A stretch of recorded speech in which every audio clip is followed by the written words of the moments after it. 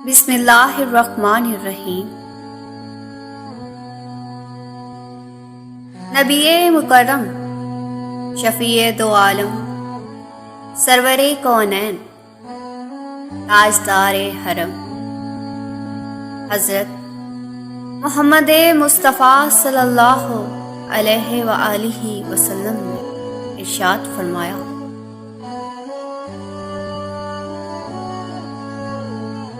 جس نے رمضان کے روزے کو فرض سمجھ کر ثواب کی امید سے رکھا وہ بخشا گیا۔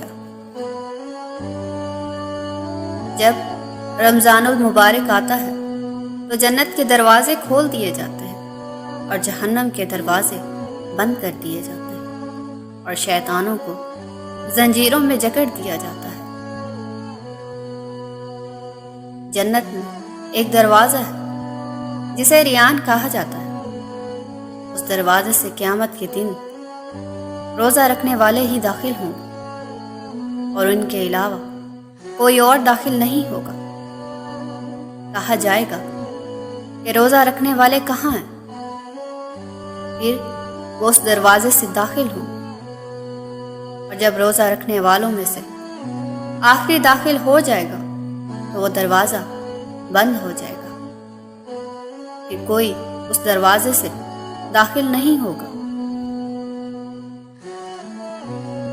بے شک اللہ تعالیٰ رمضان المبارک کے ہر دن اور ہر رات اپنے بندے جہنم سے آزاد فرماتا ہے، اور ہر مسلم کی ہر دن اور ہر رات دعا قبول ہوتی ہے۔ ہر شے کے لیے زکوٰۃ ہے، جسم کی زکوٰۃ روزہ ہے۔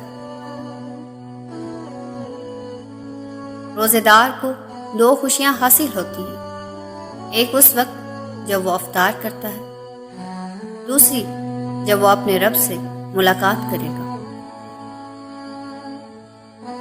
جس نے روزہ رکھ کر بھی بدزبانی اور جھوٹ نہ چھوڑا تو اللہ تعالیٰ کو اس کا کھانا پینا چھوڑ دینے کی کوئی ضرورت نہیں۔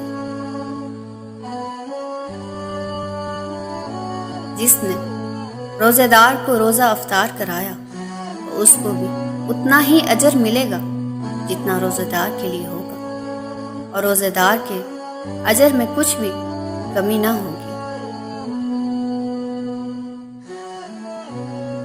روزہ جہنم کی آگ سے ڈھال ہے، جیسے تم میں سے کسی کے پاس لڑائی کے لیے ڈھال ہو۔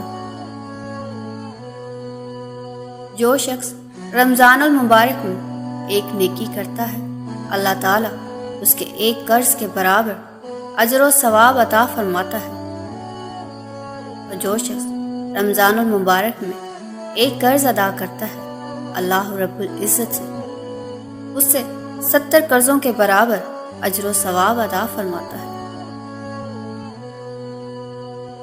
جس آدمی نے ایک دن اللہ کے راستے میں روزہ رکھا، اللہ تعالیٰ دوزخ کی آگ کو اس کے منہ سے 70 سال کی مسافت تک دور کر دے گا۔ 3 آدمیوں کی دعا رد نہیں کی جاتی، ایک عادل حکمران، دوسرا روزے دار حتیٰ کہ روزہ افطار کر لے، اور تیسرا مظلوم۔